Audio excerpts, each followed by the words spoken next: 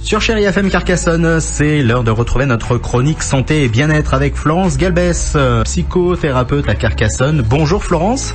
Bonjour. Aujourd'hui, on parle sommeil. Tout à fait.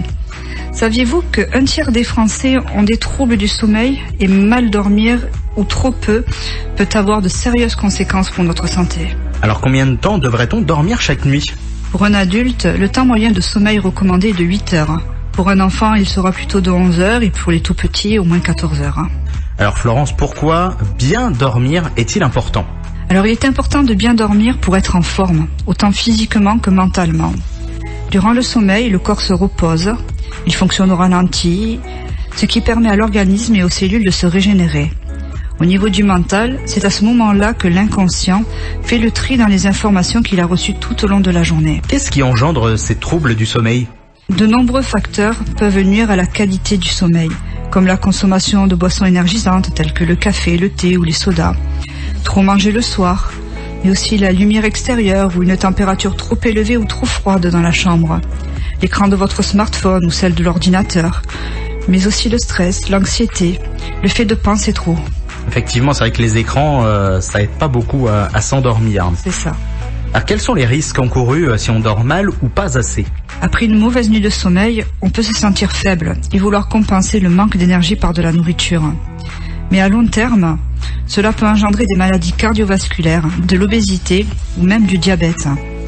De plus, le manque de vigilance peut entraîner des accidents de la vie liés à des baisses de tension, ce qui peut être très dangereux, notamment en voiture. Aussi, le manque de sommeil produit du stress et de l'anxiété. Donc c'est un vrai cercle vicieux, puisque l'anxiété génère des troubles du sommeil. Alors y a-t-il des solutions pour mieux dormir? Bien sûr. Dans un premier temps, choisissez l'heure à laquelle vous allez dormir.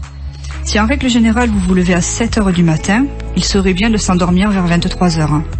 Puis, instaurez une routine du soir, comme boire une infusion en lisant quelques pages d'un bon livre, faire de la méditation, du coloriage, peut-être du tricot, une activité plaisir, calme et sans écran. Il est aussi important d'avoir une chambre à la bonne température, entre 18 et 19 degrés, rangée et agréable, avec un bon matelas, un oreiller confortable et des draps changés régulièrement. C'est vrai que le matelas joue beaucoup dans la qualité du sommeil. Tout à fait, mais aussi l'oreiller, parce que les bactéries qui se développent à l'intérieur peuvent nuire à la respiration. Et le soir, faites attention à ne pas manger trop lourd, car la digestion pourrait contrarier le sommeil. Évitez la viande rouge, les crudités, les plats en sauce et les épices. Si vous faites du sport le soir, prenez une douche tiède et attendez au moins 2 heures avant d'aller au lit afin que votre corps redescende en température et en tension, afin de pouvoir s'endormir naturellement. Aussi, si vous pensez trop, faites la liste des choses à faire pour demain, avec ce que vous n'avez pas fait aujourd'hui, mais pour demain. Le fait d'écrire libérera votre esprit. Aussi, quand vous vous réveillez pendant la nuit, optez pour la lecture. Cela apaisera votre esprit afin de retomber dans les bras de Morphée. Enfin, si vous n'y arrivez pas seul, vous pouvez faire appel à un thérapeute. Quelques séances d'hypnose, de sophrologie, peut-être d'acupuncture ou encore de reiki pourront vous aider à prendre un bon rythme de sommeil. Pour conclure, on peut dire qu'une bonne nuit de sommeil permet de passer une bonne journée.